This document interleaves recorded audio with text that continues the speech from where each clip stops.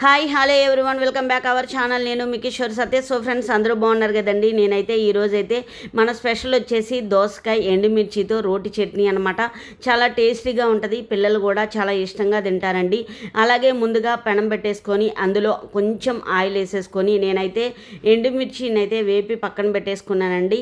ఇలా ఈ విధంగా చేయడం వల్ల చాలా టేస్టీగా ఉంటుందన్నమాట పచ్చడి. ఇలాగే రోల్ని శుభ్రంగా కడుక్కొని అలాగే శుభ్రంగా పొడి క్లాత్తో తుడుచుకొని అలాగే ఎండుమిర్చి అలాగే వెల్లుల్లి చింతపండు యాడ్ చేసుకోవాలండి. 1 టేబుల్ స్పూన్ సాల్ట్ కూడా యాడ్ చేసుకొని అలాగా బాగా మెత్తగా దంచుకోవాలన్నమాట. కొత్తగా చూసేవాళ్ళు ఎవరైనా ఉంటే నా ఛానల్ని సబ్స్క్రైబ్ చేయండి, లైక్ చేయండి, షేర్ చేయండి.